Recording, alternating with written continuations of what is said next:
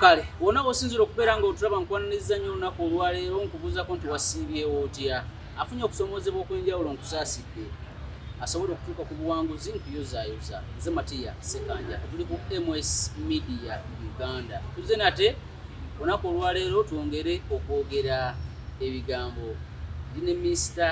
Kennedy Mutenyu akulira akakiiko k'ebyokulonda mu DP nabyabufuzi ggwanga lyaffe erya Uganda sebo tukwaniriza kusaba obuze ku bantu sebo nange nsanyuse okubeerako wano kuba gwe murundi gwange ogusoose ngobeera nnyo emirimu gy'okola era ndowooza nkwebaza nti mulina kyemugattako ku Uganda era we nalabira ng'omukulu omu alinda ensi emisanatu ne ŋŋamba nti ndifuna akaseera nange mbeeko kyentereeza era oli mutuufu nze nkulira akakiiko k'ebyokulonda mu DP era nalondebwa mu delegates conference eggulu ababaka bonna kakati ekintu ekiconfusinga ekibuzaabuza abantu batugamba delegates conference teyali delegates conference ekirungi ndi wano mu kusooka nakolanga mu ofisi nga tetunagenda mu kalulu nali nkola mu ofisi ya secretary general constitution enkadde nga okulonda bwe kuba kunaatera okutandika nga baleeta amannya g'abantu nga babakubako akalulu nga babalonda okukubiriza okulonda okwo nga Honorable John Kawanga bwe yakukola Polycarp Mukiibi n'abalala naye ku mulundi guno mu constitution ya DP baatondawo electoral commission oba elections management team era deputy legal advisor waffe Honorable Richard Lumu member of parliament wa Mityana South yasooka n'aleeta motion eteekawo electoral management committee n'aleeta erinnya lyange wa delegates conference yonna nga tewali kwekutulamu ne bankakasa era ndi mu kifo ekyo mu butuufu kaakati nga sinnagenda amazima genjagala ekibiina ekyaffe eŋŋombo yaffe ya DP mazima na bwenkanya n'olwekyo kyandibadde kirungi ne tubuuliranga abantu baffe amazima tebako teyimiridde kati kituufu mukulu Ben Kiwanuka galiko yawaaba omusango mu kooti n'awaaba naye nga tannagenda kuwaaba nga nkyakola mu ofisi ya secretary general nali mpita ayita kuba omulimu gwange kuyita ayita mu bantu abakoze application form ze bajjuzizza ebyetaagisa babitaddeko kati ekimu ku mba ntunula n'endaba erinnya Ben Kiwanuka nenga omwami ono wa famire ya Ben Kiwanuka oba ki kubanga ffe erinnya Ben Kiwanuka likulu nnyo mu kibiina kyaffe naye nga ndaba waliwo ebibulako ne muyita ye kyatera okuyita interview saamukozesa interview namuyita n'akakiiko kange neŋŋamba gwe mwami gundi nti constitution egamba nti oteeka okuba active mu kibiina okumala emyaka 3 tegamba nti oteeka okubeera memba w'ekibiina okumala emyaka 3 kati ye kye yakola yateekako membership card 3 active kitotegeeza active kigambo kya luzungu ng'obeera mu activities z'ekibiina wenyigira mu activities z'ekibiina oli active kati ye n'ateekako ki membership card 3 ne mubuuza naŋŋa nti nze mbadde ku kakiiko akakulembera n'akulabye naki kati tulina n'akulabye eri mu Lubaga North Constituency nenkubira omwami eyali chairman waffe yafudde Johnson twamuziise John Kyakonya nemugamba omanyi omwami gwe bayita ono noono nagaa nedda nemugamba nti yali abaddeko mu kifo kyonna ekyobukulembeze nti nedda neŋŋamba kati n'agamba bwe ntunula ku birala ekifo tuli ku kya secretary general neŋŋamba nti sebo ogambye wasomera Nakawa nga totaddeeko mpapula zo ez'Nakawa kino kye yaŋŋamba gwali mwaka 2020 nanga nasomera Nakawa nakola Uganda Diploma in Business Studies UDBS emyaka 2 emabega naye sijjangayo mpapula. So kati ekifo kya Secretary General bali beetaaga buyigirize ki? Anti nkuleetera kati of course ekisooka wali olina kankiddemu direct wali olina okubeera active mu kibiina okumala emyaka 3 wali olina okubeera member wa DP ng'olina membership card wali olina okubeera munnauganda ng'olina national ID n'okusasula nomination fee millions B.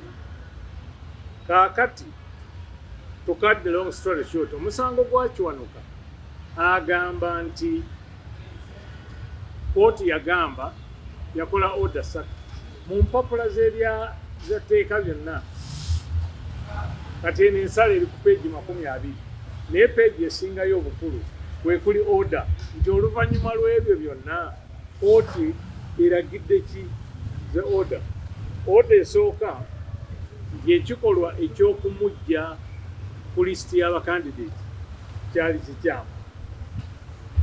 Ekyokubiri nti eggulu tewaali kulonda natwala butwazi prepaid list n'ensoma.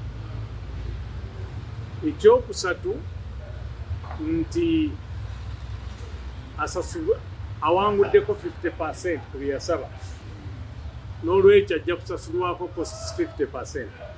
Kati mpimpi yalina okuzireeta. Kaakati ensala yene ya Philip Odoki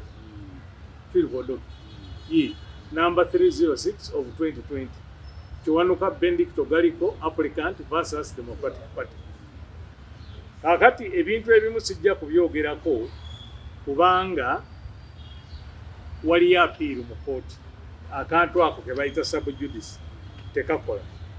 Ekisooka bwe yali ayogera wano nga tukoze apiiru yagamba nti tetwamusaavinga alina balooya be balubega si bwe kiri. Kati eno nsala y'Odoki egamba wano ku page number 3 paragraph number 6 at the hearing the applicant Yono Kiwanuka the applicant was self-represented. Kitegeeza nti teyalina lawyer. Kaakati ewa gundi ewa Lubega yali ayagala tutwaleyo empapula zaaki yino ekyo teyakikulaga kikyo n'agamba DP yali represented by Luyimbazi Nalukola. Nate yangamba nti DP teyalina lawyer wabula Robert Mauye yalina lawyer. Kaakati respondent yani Democratic Party obulimba obusooka bubwo. At the hearing the applicant was self-represented. Yekikirira yekka yakugamba yalina lawyer. Ekyokubiri the respondent was represented by Luyimbazi Nalukola of Messrs Nalukola Kaketo Advocates and Solicitors. Sinsale obulimba number 1. Obulimba number 2 kubanga nze nagambye ekibiina kyaffe kyamazima na bwenkanya. Obulimba number 2 agamba twamujja ku lisiti y'abakandidate. Prepared kyakubiri kati eno page number 8 Kiwanuka bw'obonda bagenda ku page number 8 paragraph 19. In the instant case the applicant deponed that he expressed interest to contest the civil netandikire he agamba galiko attached to his affidavit in a rejoinder evidence of payment of Uganda shillings zirimekeza kamumu nsanvu out of kakati for nomination. Kati bwe bagamba nti olina kusasula bubiri n'osasula kamu kitundu oba candidate kuba bino mbyogerako guno baagusala dda judice rule tekitukwatako kikyo so yali candidate esasula kamu nsanvu kakati obukakulizo bwaliwo obwamugana okuleeta asatu anti nkugambye omulamuzi agamba yaleeta kamu 7 out of 2 million for nomination fee. Okubeera MP olwaleero osasula million 3 bw'ogenda mu electoral commission n'osasulayo 2.5 obeera candidate. Kati yali candidate ku lupapula ki? Yali candidate ki? Teyali candidate. Kaakati naye nja kulaga lwaki omulamuzi yasalawo bw'ati. Kuba si bintu bingi. Kubanza nagambye kambireeti mulabe ekyokusatu alina waagambira nti akakiiko k'ebyokulonda kakikwangala tekaliiwo. Ojjukira mwalina kalondera eri kaakati page mukulu Kiwanuka galiko n'aba DP page namba 12 kubanza njagala bwajja n'akuleetera ruling asomenga page ne paragraph namba page namba 12 paragraph 3 agamba bwati omulamuzi in this case the applicant alleged that the delegates conference was illegally convened. What you get the what? The electoral commission was illegally constituted. The respondent announced members on a pre-prepared list of office bearers, including the applicant CH1 did not demonstrate how the delegates conference was illegally convened. Teyalaga court the delegates conference yali illegal. Tabamiruka bamutuuza mu ngeri emenya amateeka teyakiraga court. Naye wali yakyaleeginga kaakati n'ayongera ekyokubiri.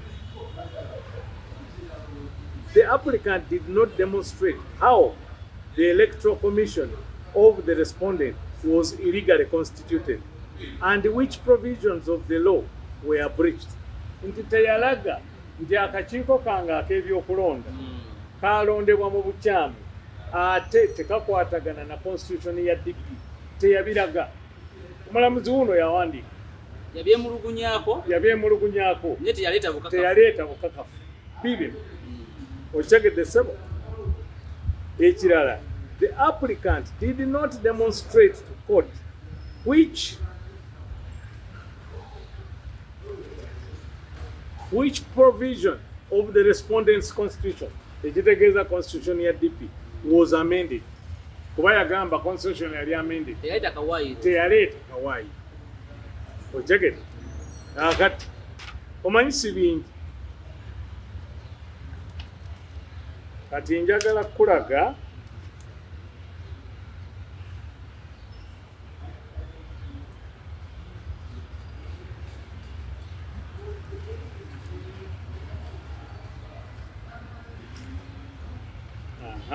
kakati wano n'akiddamu omulamuzi ku page namba 18 paragraph namba 47. The applicant expressed interest to contest for the position of Secretary General. He picked nomination forms, filled them, returned them and paid nomination fees.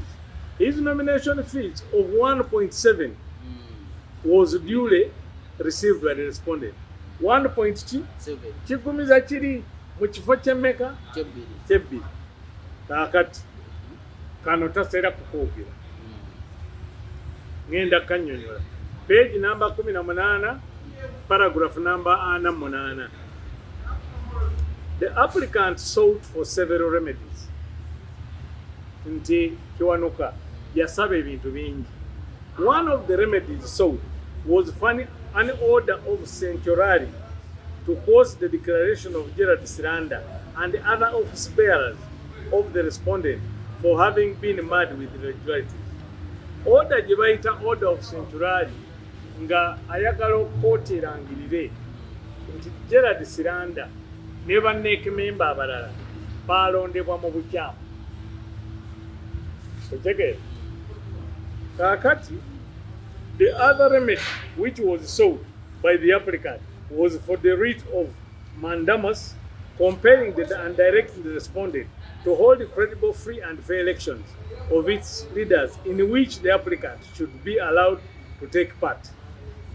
Nti ne order endala gye yasaba kooti esazeemu ebyava eggulu teyeesibako kati esazeemu ebyava eggulu baddemu okulonda nga naye mwali kati omulamuzi n'agamba I note that the applicant did not join Gerard Siranda and the other office bearers as parties to this application. Nti nkiraba Ben Kiwanuka galiko teyawaabira Gerard Siranda ne banneeki memba abalala kubanga omusango gwe yawaaba Kiwanuka yawaabira DP. Kaakati omulamuzi n'agamba the orders of Centurari and Mandamus that he sought have the effect of removing them from office without giving them an opportunity to be heard. Nti orders eyasaba Centurari ne Mandamus zitegeeza nti bwenzimuwa abantu bali Gerard Siranda ne banneeke memba abalala bagiba mu office nga tebawuliddwa. Sentence enkulu yino tagikulaga nga tagyogerako. Those prayers are accordingly rejected. Ekitegeeza ekyokujja nneeke ya DP ne Siranda mu office nga tebabawaabira ne beewozaako nkiganye kiikyo rejected. Ekyo takyogera. Kaakati bw'omala okugamba by'osaba okujja sekanjako mu office mbiganye sekanjako mu office avaamu kati lwaki galiko olimba abantu gundi yino kaakati ensala lwakuba peegi eyo embuuseeko ye peegi namba 2 oda ziri 3 nti ekisooka ate kano nako kakulu njagala kulaga lwaki orders ezo yazifuna. Nkulaze nti teyalina lawyer ate ffe twalina ne mu office bali kooti yabalemezaamu batekawabirako.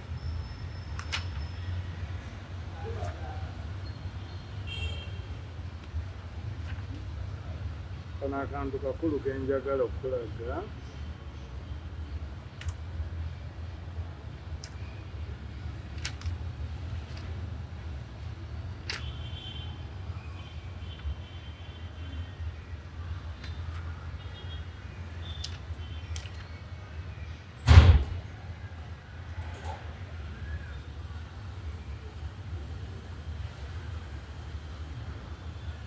kuba yali ayagala na kugamba omanyi yasaba ebintu bingi yagamba n'okugamba baakola ensobi tebaamuyita naye omulamuzi n'agamba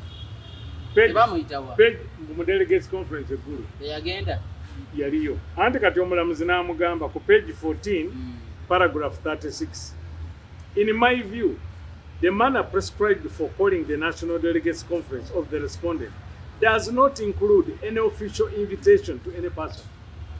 Nti n'olwekyo constitution ya DP ye bwe yalaba tegamba nti buli ajja mu delegates conference alina kuyitibwa kiikyo.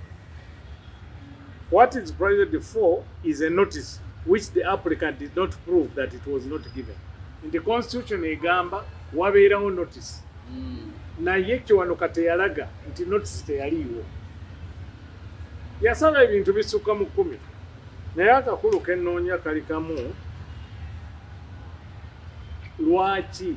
Kubanga Kiwanuka yagamba nti baamujja ku list. Kiwanuka yagamba nalangirira list nasoma nsome tewali kulonda. Kati ekyo sijja kigenda wala kubanga tulinayo apiiro mu ffeero. Naye lwaki omulamuzi yasalawo bw'ati? Yagamba ku peegi atandikira ku peegi 15 n'agamba Kiwanuka depondered the Electoral Commission chairperson announced members who had not participated in the election, including Gerard Siranda as the respondent's office bearer. Nti nalangirira abantu abataali mu kalulu. The respondent ye lawyer waffe did not rebut this averment. Nti lawyer waffe teyakiwakanya n'agamba the respondent therefore presumed to, I presume to have been accepted that fact. Nti ffe mu mateeka Sekanjako bw'agamba nti Mutenyo wabba, Mutenyo n'otokiwakanya mu kooti tukitwala nti kituufu. Y'ensonga lwaki yafuna orders ezebbiri so si nti bye yawaaba byali bituufu naye nti bye yawaaba tewaaliwo looya teyabiddamu teyabiwakanya. Kati ekibuuzo kyandibadde nti looya yali mu musango guno ku saidi ya DP Namukulaze lwaki teyabiddamu lwaki teyabiddamu? Ekyo si kyakaakati kya Nalukoola kukola ki? Nsomeramu wano mpaka wano awasemba wano ku I therefore find the applicant proved that the respondent did not conduct the elections in accordance with the party constitution. Nti kati n'olwekyo kubanga oli teyaddamu n'olwekyo nsanga nti oli nga bwe yawaaba nti tebaagoberera constitution kituufu. Ensala tegamba namaliza nga agamba therefore acted n'olwekyo acted illegally. Okitegedde naye akuwadde basis yaki kaakati amaliriza ataddewo order nti n'olwekyo order z'enkola zizo nti ekikolwa ekyokujja kiwanuka ku lisi y'abakande kikyamu, ekikolwa ekyokusoma obusomi list kikyamu, n'olwekyo kiwanuka bamusasuleko kosisi. Kaakati wano wenzijja DP bw'egenda mu kooti n'ekola apiiri, tetwakola apiiri nti ebintu byonna omusango gwonna ensala yonna tujja apiiringa nedda kubanga mulimu ebitali ebirungi ng'okugamba nti nze nalondebwa mu bukyamu nti biki ebyo byamulema, so tukolako mu luzungu kye bayita partial appeal. Ruling ye tujja apiiringako kitundu kiwanuka ensonga ze twapiiringako azirina. Emu ku yo y'ey'okugamba nti omuntu alina okusasula miliyoni 2 bw'asasula emu 7 aba afuuse candidate. Okitegedde? Kaakati tudda ku kyokubiri kiwanuka agamba nti tebaamusaavinga wapiirwa eno. Kaakati bwe tufuna apiirwa eyo kituufu kiwanuka kyagamba nti Odoki ensala yagiweereza ku email. Kituufu. Kati bw'agiweereza ku email bw'oba tomatidde ogenda mu kooti n'osaba kye bayita notice of appeal. Kooti bw'emala okukkiriza nti ofayirinze notice of appeal, kati ekibiina kya DP kyali kirina okusaavinga Ben Kiwanuka mu nnaku 7. Timusaavinga ku apiiro anti okusaavinga nti ngenda kukola appeal kye bayita notice of appeal. Mbanga akutegeeza kubanga ne bw'otwala omusango mu kooti osooka kugamba nti Sekanjako mu nnaku 7 oba 10 bw'otookole kino ngenda kutwala mu kooti. Eyo notice ogiwa. Kaakati notice eyo kyova olaba muganda waffe Kiwanuka bamuwa amagezi makyamu. Bw'okola ekintu ekyo kooti bw'emala okugiregisteringa notice ekuwa ennaku 7 okusaavinga. Kati DP yali erina kusaavinga Kiwanuka mu nnaku 7. Kiki Kiwanuka kye yakola ng'aweebwa amagezi amakyamu ne yeekweka? n'essimu teziriiko. Essimu zaaliko. Mukubira atakwata. Kaakati nkuleetera already omulamuzi akugambye nti he was self-represented. N'olwekyo toyina ordinarily notice ogitwala wa looya we. Kati engeri gy'atalina looya olina kunoonya ye kennyini.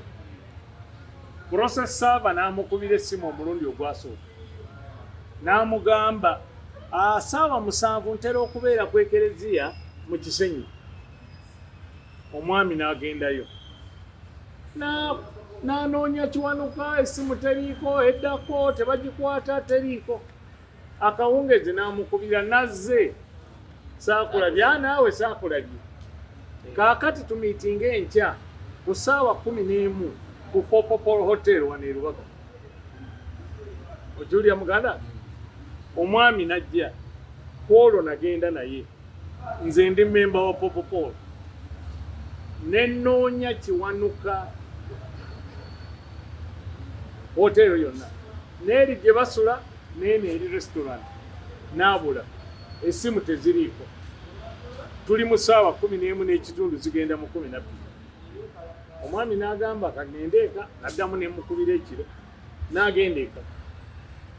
Bw'amukubira ekiro. Okay, saasobodde kulabika kaakati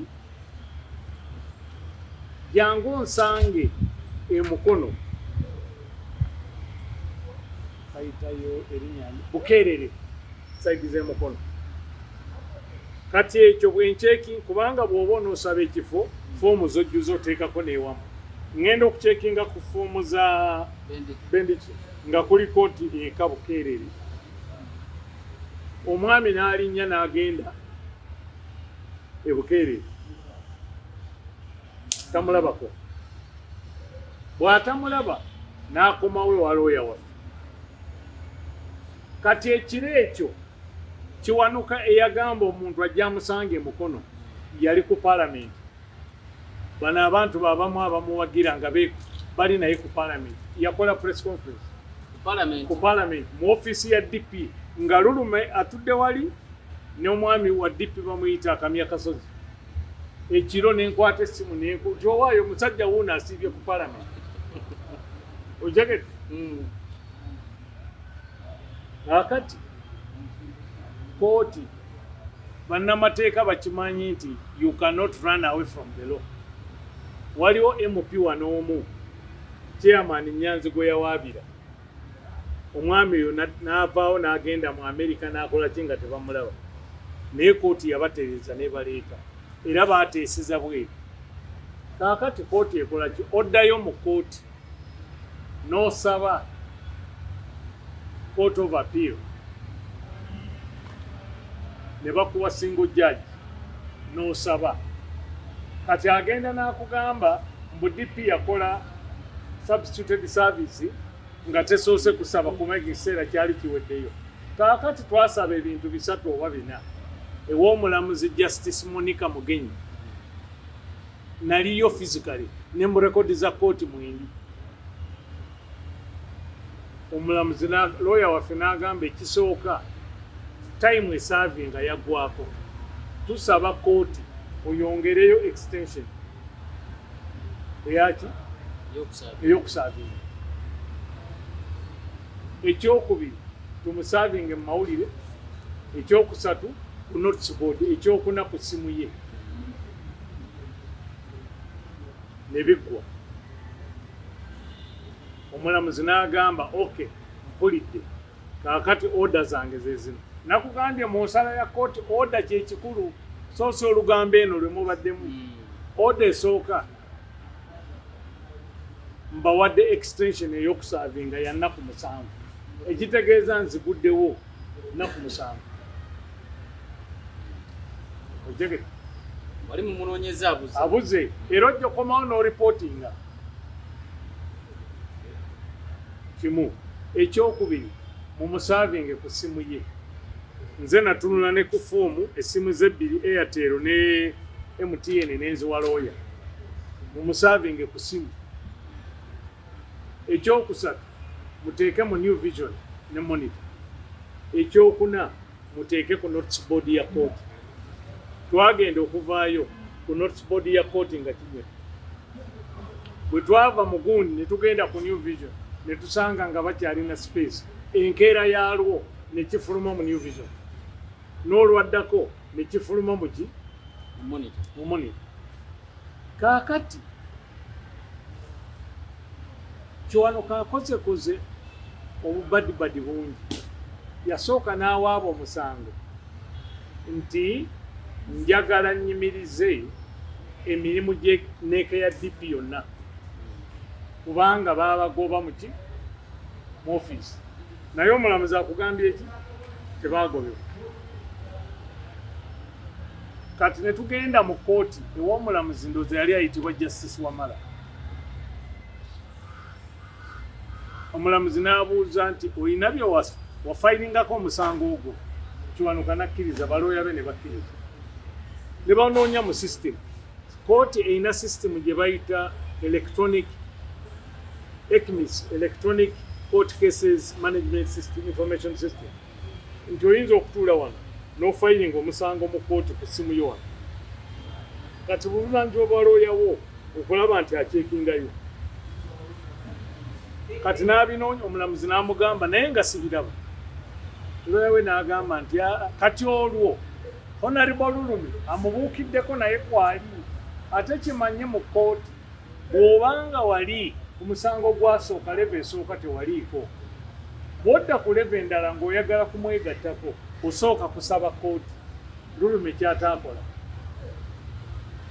omulamuzi n'amugamba zaali ssaawa nga 6 nti kaakati kambaweemu okukomawo ku 8:30 olw'eggulu genda ew'abantu abakola ku IT mu kooti bakunoonyeza ebintu byewafayiringa kazi be baali boogera si bituufu era ku olwo Lulume yajja okubeegattako kuba mu briefinga ku ssaawa 8 mu lunch time nga tebinnamalirizibwa n'amanya nti giwunye era ye yanyiiga bunyiizi n'atambula n'avaawo mu kooti Kiwanuka yalina abantu nga 6 yasigalamu ne looya we wekka bantu aba looya wa Kiwanuka n'asaba nti ssebo omulamuzi tusonyiwe ebintu tetubiraba tusaba tu withdrawing omusango tuggyeyo omusango okiwulira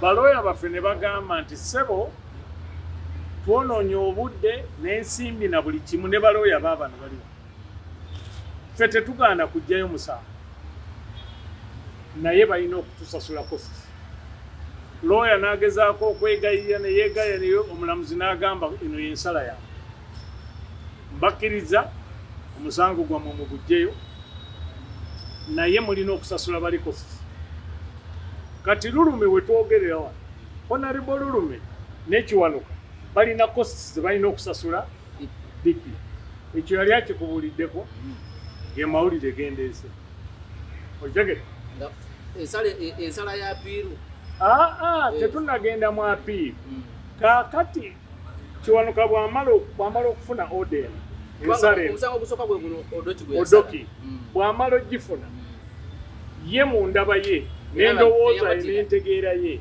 agamba nti Mao Siranda n'abalala babagoba mu bifo naye nkusomedde omulamuzi agambye tebaakola ki kati n'addayo mu kooti n'awaaba nti abantu bano engeri kooti gye yabagoba ey'odoki njagala bayimirire baleme kuddamu kukola kintu kyonna ng'olaba nti ayagala ekibiina kya DP kikonzibe nga tekitambula kati n'agamba yafayiringa ebintu babinoonya mu sisitimu ya kooti tebirabika kati kwe kuluzinga kwe kujjayo okuwaaba okwo kati bw'ojjayo okuwaaba olina okusasula kosti kati oredeze kosti ezisooka ye ne Lulume kubanga Lulume naye yeegattako kati mwenna abeegaseeko musasula bali then n'addayo mu high court ayogera nnyo ku Dr. Singiza omuwulira n'addayo n'awaaba omusango omulala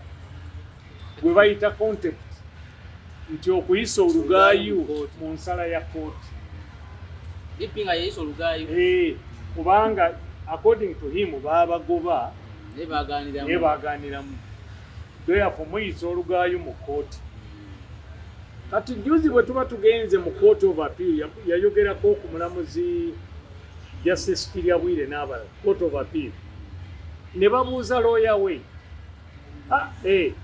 nedda nga tukyali wa Dr. Singiza bwe twagenda ekisooka yasaba nti mbidde ave musango lwaki kubanga ali ku executive ya DP Dr. Singiza n'amugamba ekyo kikola bwe kiti oli bw'abeera looya ate n'awaayo affidavit ng'omujulizi mu musango takkirizibwa kubeera mujulizi na kubeera ki lawyer. N'amugamba naye teekamu complaint zo tujja kisalawo. Ekyokubiri n'agamba tebalina instruction kubanga kooti lawyer olina okufuna instruction okuva wa client wo. N'amugamba n'ekyo teekamu baloya ba DP. Kaakati ekirala n'agamba nti DP nayo n'egamba nti omwami oyo affidavit gye yateeka ku musango gwe guno ogwa contempt olugaayo nkyamu. Lwaki nkyamu? Bw'okola affidavit ogende wa lawyer gwe bayita commissioner of oath n'asitampingako stamp ye n'asayininga. Kaakati ye kye yakola yagenda e Mukono, waliwo lawyer bamuyita Kenneth Nsubuga, n'agenda mu ofiisi ye. Nsubuga teyamusangamu, n'asangamu secretary. Secretary n'amutwalira lawyer omulala kubanga ofiisi ebaamu balawyer bangi.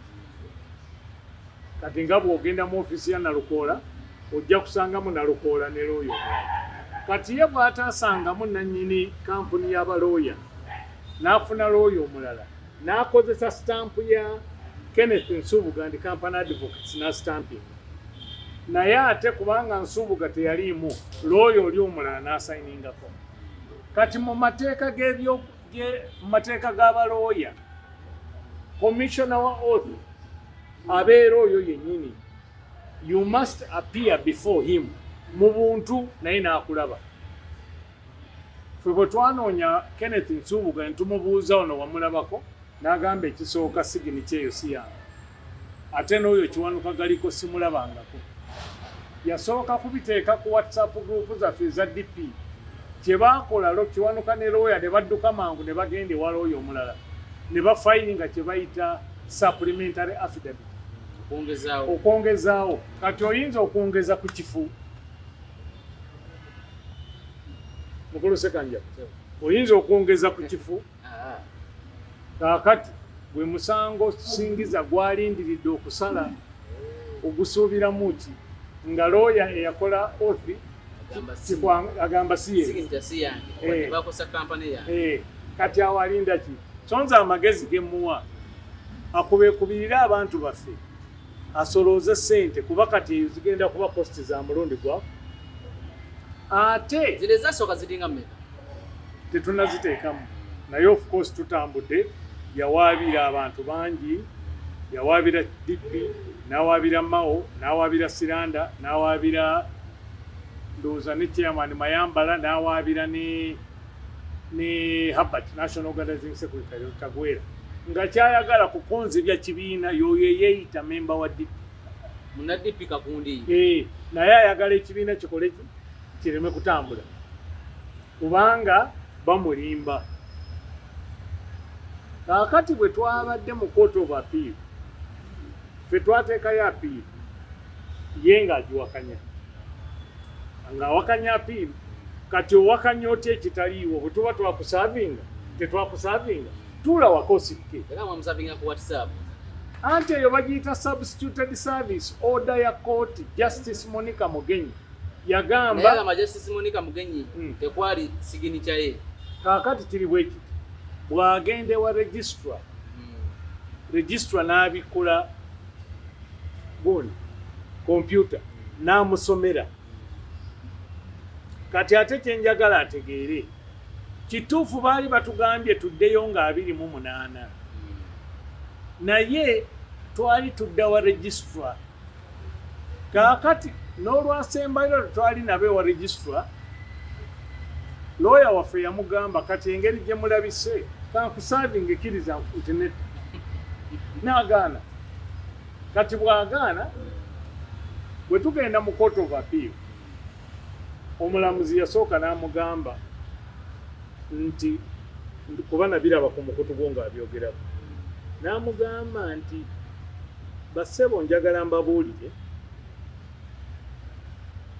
mu court of appeal tuli balooya balamuzi 10 tulina okuwulira emisango omutwalo gumu mu 12 abalamuzi 13 tulina okuwulira 12,000 cases nga mu 12,000 ezo mulimu naguno ogwamu nga balinga abagamba naguno ogutali mbuusa n'agamba Kiwanuka oli wa DP ffe tugenda kubasindika mu mediation. Kiwanuka ayogerera wano ku mukutu gwo n'alimba okulimba okulala mbulooya waffe ye yasaba mediation. Tojjukira yanga lawyer mu yasaba mediation kati tusaba mediation yaki kati awo yalimba emirundi ebiri. Omulundi ogwasooka ngenda kunnyonnyola lawyer waffe tasabangako mediation. Lawyer waffe twateekamu appeal ey'ensonga ezimu mu ruling y'oddoki ze tutaamatira. Kaakati omulamuzi n'abuuza balooya bombi mu nsalawo y'oddoki waliwo we kigambira nti neeke ya DP evuddewo ne bagamba nedda. N'agamba lawyer waffe Semuyaba soma order esooka egamba ki? Order esooka egamba ekikolwa eky'okujja Kiwanuka ku lisiti y'abakandidate kyali kikyamu. Nti eyo order erina kyeyogera ku kujja neeke mu ntebe nti nedda. Tugenda mu maaso soma ey'okubiri nti ekyokugenda eggulu ekikolwa ekyokusoma obusobi lisiti y'amanya nga tewali kulonda kyali kikyamu. Nti eyo naye erina kyeyogera ku kujja neeke mu ntebe nti nedda. N'agamba gwe lawyer wa Kiwanuka ruling eyo mulimu weegambira nti neeke teriiwo oddoki yagigoba. Oluusi kyenva neebuuza nti Kiwanuka galiko bw'abeera mu kkooti amatu gaziba muto wange oluzungu lwatategeera oba tagoberera bintu. Lawyer we n'agamba nedda. Kati omulamuzi kwe kugamba Justice Kiryabwiri ndi ngenda basindika mu mediation. Kyeyabuuza lawyer waffe Semuyaba n'amubuuza nti muneekolera mediation yo mwekka oba tubafunira ofiisa wa kkooti omutabaganya. Lawyer waffe kwe kugamba tufunire. Ndowooza kati ekyo omukulu kyeyategeera obubi n'agamba tufunire. Kaakati mu kugamba nti ngenda basindika mu mediation omulamuzi Kiwanuka n'anywenya omutwe bw'ati. N'omulamuzi n'agamba ndaba Mr. Kiwanuka awakanya ekintu ekyo naye ate lawyer we akkiriza. Kiwanuka n'ayimirira. Lawyer we yamugamba tuula wansi kubanga mu kkooti bw'obeera ne lawyer gwe toyogera osirika busirisi. Bw'oba olina ky'omugamba owandiika akapapula n'okamutwalira. Era nze emirundi gyonna nasituka emirundi ng'ena nga mpandiika akapapula nenkatwalira Semuyaba wali. Gwe tokkirizibwa kwogera. Okumanya nti Kiwanuka tomanyi nkola ya kkooti wasituka oyogere lawyer wo yennyini n'akugamba tuula wansi ne tufuluma. Kati nze kyenva ngamba Kiwanuka bw'oba toyagala mediation wa lawyer wo instructions kuba lawyer wo akolera ku biragiro muwe instruction nti nze saagala mediation. Era tusuubirwa okuddayo February oba 11 omwaka ogujja omwezi ogwokubiri awo ojja okuwulira embaga kubanga agamba tebamusavinga nti bamusavingira ku WhatsApp naki eyo substituted service. Kaakati ensobi endala gye yakola yiino Kiwanuka yiino nayo kangikubuulira. Bwe tumala okufuna order ya Justice Mugenyi okumusavinga ku ssimu mu mawulire n'awalala, kiki kye twakola? Kiwanuka ne yeemulugunya naye n'akola abantu abategeera kye batakola. Kubanga mu kkooti omulamuzi omu bw'aba alina kyasazeewo kitakusanyusizza ku level ya court of appeal okola appeal mu balamuzi abasatu aba court of appeal. Kati ye mu kifo ky'okukola order eyo, kuba already this is public information, ye yawandiikira Deputy Chief Justice ebbaluwa omuzungu gy'ayita love letter. Ekyo tekisala musango.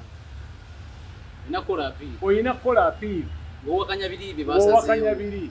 Kati ajjukira luvannyuma bwe kujja mu kooti akola appeal. Omulamuzi kye yakola Deputy Chief Justice n'awandiikira registrar, ono byayogera bituufu, ye teyamuddamu kubanga si bwe bakola. Kyova olaba juzi bwe baali boogera ku nsonga wano, Chief Justice yagaa nti nze bwe binajja mu kooti yange nja bikwatako, naye ebintu bya kooti sibikolera ku kamera. Kaakati registrar n'awandiikira omulamuzi n'ekiwanuka alina ebbaluwa eyo n'agamba this is to confirm nti Democratic Party appeared before Justice Mugenyi era n'afulumya order zino nti kuno nkakasa nti Justice Mugenyi yatuula mu musango gwa DP n'abawa order ng'omuntu yeekwese ey'okumusavinga ku simu, ey'okumusavinga ku mawulire na buli kimu. Kati mbuuza muganda wange kikyasuulira ngezezaako okwewala ensonga eziri mu apiiru oba zimenya amateeka subjudice rule, naye ago ge mazima. Kati kiwanuka amagezi gemuwa gaaga era baamuwa amagezi ne bagagenda otuule ne banna. Kati kooti ffe tulinze tuyite ng'ekibiina tutuule nabo tumugamba agamba ki. Bw'agamba nti neekeve mu ntebe ruling yino, bw'agamba nti twaziimuula kooti gwe musango singiza gwagenda okusala. Kati akkiriza amateeka kiwanuka amagezi genkuwa gaaga. Tuli mu kuwandiisa bamemba, agende yeewandiise mu kitundu kye kyonna, avuganye, alondebwe, ajje mu delegates conference, ajjaddemu okukompitinga ku bwa secretary general ng'asasudde nomination fees zonna, wasasulako emu 7 obyerabiddeko.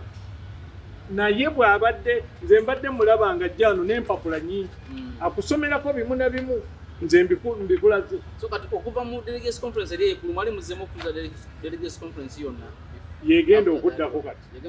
Naye otyo na kino yakyogera weebale mbu kati mu DP olw'ensalawo eno tewaliwo omuntu alina emirimu gyonna gy'ayimirira, naye kiwanuka galiko okuva eggulu twakatuuza National Executive Committees. Kuba National Executive Committee ya DP eriko abantu nga 6, twakagituuza emirundi 6. Ogumu gwali mu biseera bya COVID ku online. Yatuulako eno bayitayo Ndejje Hot Springs Hotel, waliwo n'eyali Embaale. Kiwanuka ne banne ne balulume ne bagezaako genda Embaale mbu bakwate pulezidenti wa DP olw'okuziimuula kooti. Mwamukwata, tebyabalema ne muvaayo. Ate waliwo omu ku ba MP eyasiiba wano mu kooti e Kampala, kuba ffe twali tubalinnya kagere nga tubasuubira okubaako kye bakola, ng'agezaako okufuna omulamuzi bayimirize afune injunction nti neeke y'Embaale ereme kutuula. Wano ogamba nti neeke tesobola kutuula, naye ate bw'etuula ogenda mu kooti ng'egiyimiriza. Bwe byamulema oyo MP n'avuga mmotoka n'agenda Embaale. Mu lukiiko lwennyini lwali ayagala okuyimiriza kuba lwatandika kawungeezi ekiro, ye yayimirira ne chairman n'amugamba Honorable Gundi tuwe ssaala, n'asaba Katonda neeke etambule bulungi. Be bantu baffe mu DP. DP ya brain power, naye lwaki tweyisa bwetu. Kati njagala kakasa abantu ba DP nti neeke eriwo, National Executive Committee ng'ekulemberwa Robert Mao, eriwo mu butuufu. Tewaliwo nsala ya kooti yonna yagigoba. Mbasomedde wano bamemba ba DP tuli eyo tuwandiisa abantu, mwongeremu amaanyi okuwandiisa abantu. Sebo bye byange tweyanza nnyo, tweyanze manyi owankubira essimu kati ne tunabinyumya ne tunyumya ng'ate nze nteeka ku mukutu kitegeezera nyina kufuna webale kumpi ojja nonyonyola ayalaba wali wano nalaba de nafuna okusalawo wona obadde nyatusooka tukome wano tukomewo n'ensonga za DP wona obadde ogenda osizira okubeera nga otulaba tukome wano ku nsonga za DP Democratic Party ne Benedicto Kiwanuka Kaliwo n'ensala eya Philip Odocho omulamuzi n'ebyalimu byonna n'ebiriwo kati apiiru ekyaliyo mu February baddayo mu kkooti ebinaabivuddeyo tujja bitegeera atukome wano tujje n'ensonga za DP